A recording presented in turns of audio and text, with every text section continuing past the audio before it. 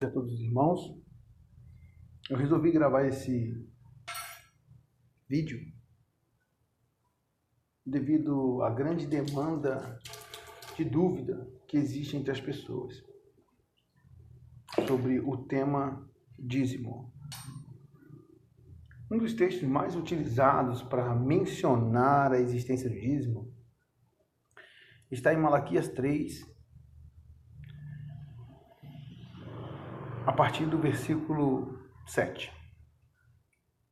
A Bíblia diz assim: Desde os dias de vossos pais vos desviastes de meus estatutos e não os guardastes. Tornai-vos para mim, e eu me tornarei para vós, diz o Senhor dos Exércitos. Mas vós dizeis: em que havemos de tornar? Roubará o homem a Deus? Todavia vós me roubais. E dizeis: em que te roubamos? Nos dízimos e nas ofertas. Com maldição sois amaldiçoados, porque a mim me roubais, sim, toda esta nação. Aí vem o texto clássico, né? Trazei todos os dízimos à casa do tesouro, para que haja mantimento na minha casa, e depois fazei prova de mim nisto, diz o Senhor dos Exércitos. Se eu não vos abrir a janela do céu, e não derramar sobre vós uma bênção tal, até que não haja lugar suficiente para recolherdes. Existe uma tradução que diz: se eu não vos abrir a janela do céu e não derramar sobre vós uma bênção tal, que dela vos advenha a maior abastança.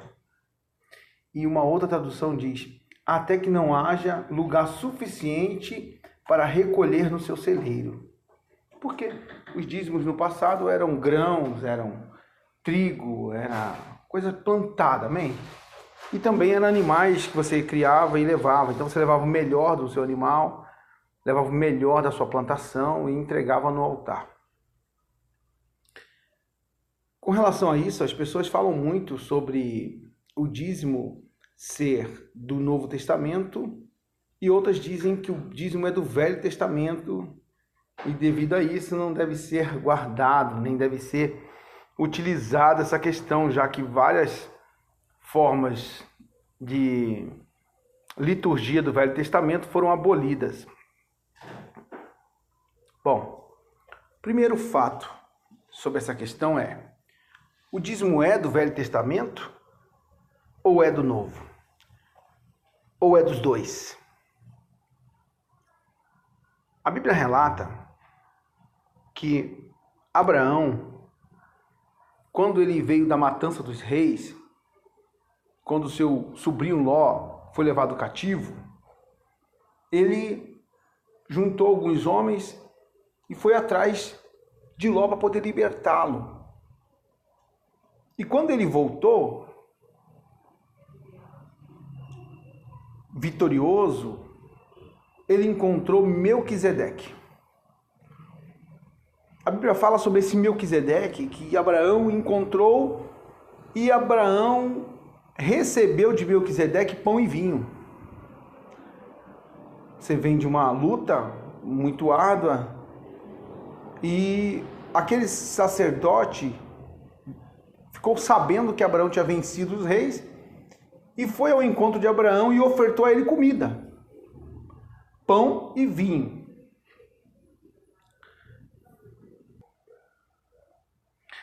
A Bíblia fala aqui, no livro de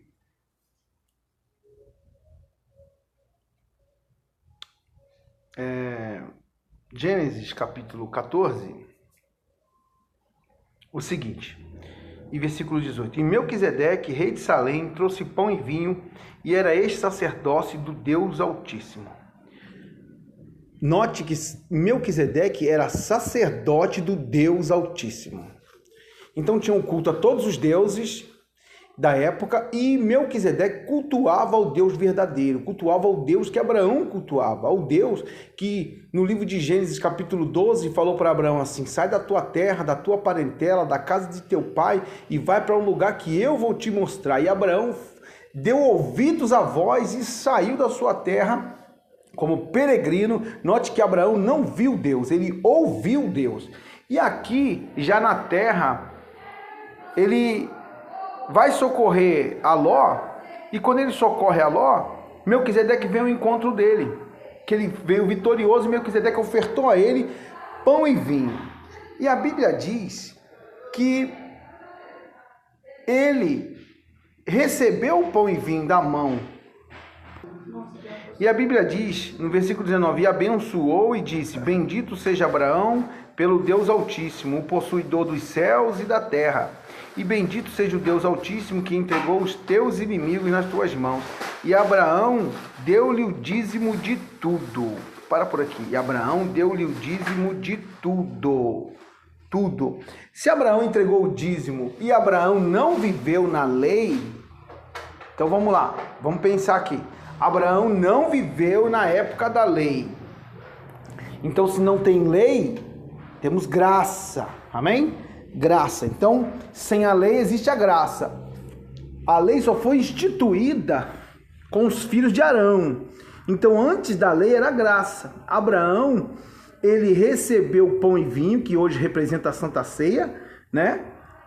Melquisedeque representava, é um tipo de Cristo, uma tipologia de Jesus Cristo no Velho Testamento. Não é Jesus, é um tipo de Jesus.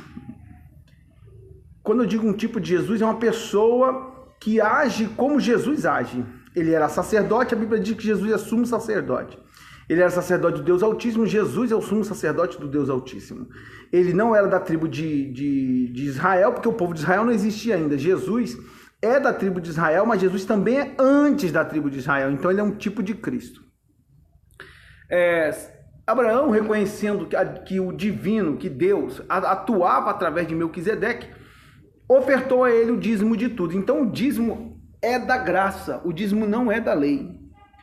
Então aquelas pessoas que dizem erroneamente que o dízimo é da lei e não da graça, então não se deve dar o dízimo ou pagar o dízimo. Algumas pessoas dizem pagar. Eu não considero pagar, porque quando você paga é o que você deve. Então você deve tudo a Deus, tudo. Não tem como você pagar a Deus. Não tem como você pagar a Deus pela sua vida, pela sua família, pela sua saúde. Não tem como você pagar a Deus por você estar vivo, por Deus ter te resgatado da lama. Não tem como você pagar. Então você vai estar sempre ofertando, porque se você tentar pagar, você não vai conseguir nunca. Vai ficar numa corrida invencível, impossível de conquistar. Então você vai ter que estar sempre ofertando a Deus. É por isso que a salvação é pela graça e não pela obra, porque a salvação é pela misericórdia.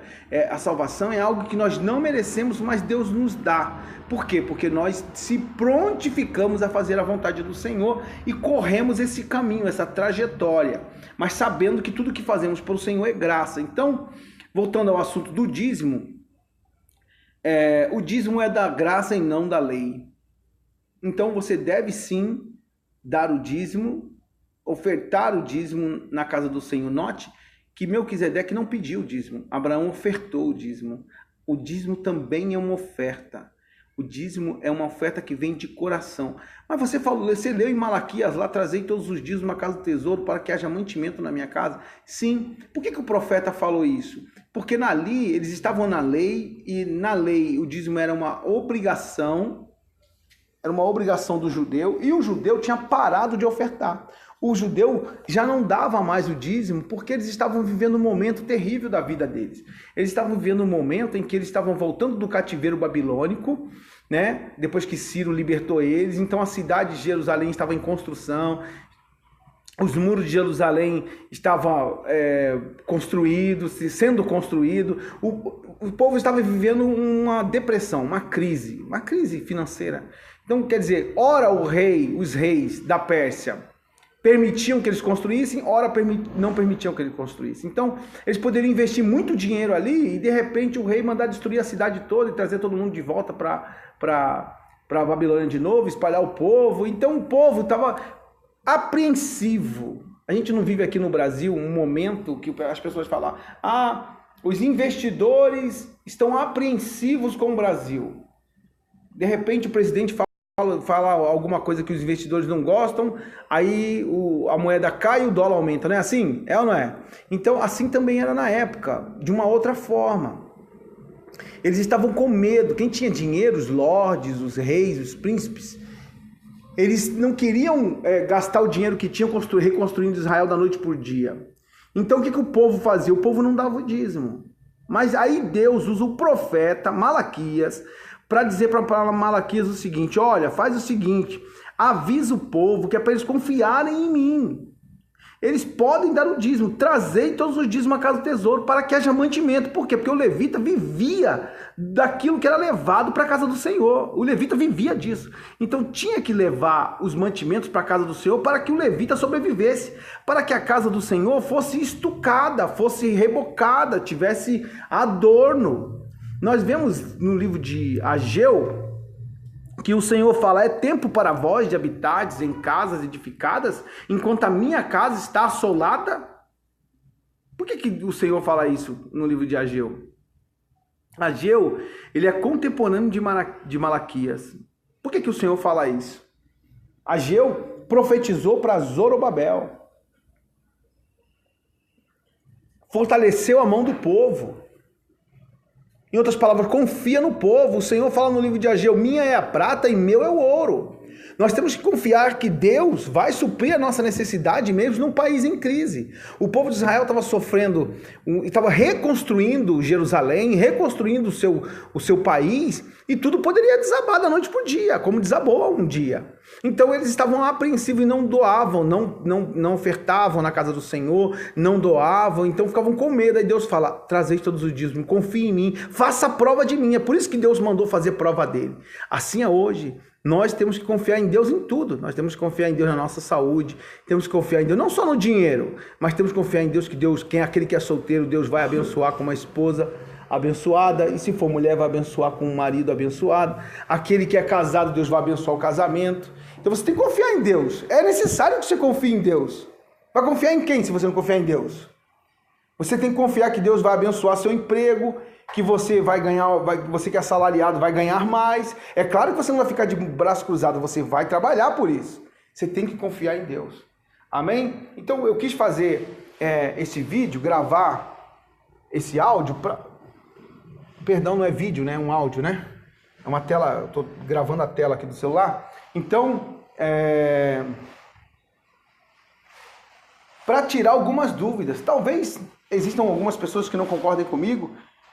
Eu não ligo para isso. O importante é que a verdade é uma só. A verdade é uma só. Talvez ninguém nunca falou isso para você que eu acabei de falar. Mas leia as Escrituras. O Senhor Jesus mesmo disse: leia as Escrituras. Examina as Escrituras. Porque nas Escrituras contém a verdade. E a Bíblia diz: a verdade, conhecereis a verdade vos libertará. Não tenha usura para entregar o dízimo, para ofertar o dízimo na casa do Senhor. Dê com o coração o dízimo, a oferta na casa do Senhor, na igreja que você congrega. Dê com o coração e dê o seu melhor. O dízimo é 10%? Mas dê os 10% de coração, de alma. Você está entregando porque você ama ofertar a casa de Deus. Você ama que o Senhor seja glorificado. Você ama que a casa de Deus esteja bonita. A casa de Deus é o templo edificado por mãos de homens. É o lugar onde a Bíblia diz, no livro de Apocalipse, capítulo 1, que João viu 7 castiçais. Cada castiçal desse representava uma igreja da Ásia. E o Filho do Homem, Jesus, glorificado, andava no meio dos 7 castiçais. Deus não habita em templos feitos por mão de homem, mas Ele anda no meio. Amém ou não? Ele anda no meio da igreja. O Senhor Jesus anda no meio da igreja. Bendito seja o santo nome do Senhor. Ele anda no meio. Ele habita no seu coração. Ele habita dentro de você. Se você abrir a porta do seu coração para ele entrar, ele habita dentro. Mas passear, o Senhor Jesus, ele passeia pelo meio da igreja. João viu as 7 igrejas da Ásia, e no meio dos 7 castiçais estava uma pessoa semelhante ao Filho do Homem.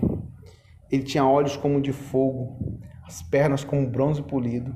Jesus estava ali glorificado. Glorificado.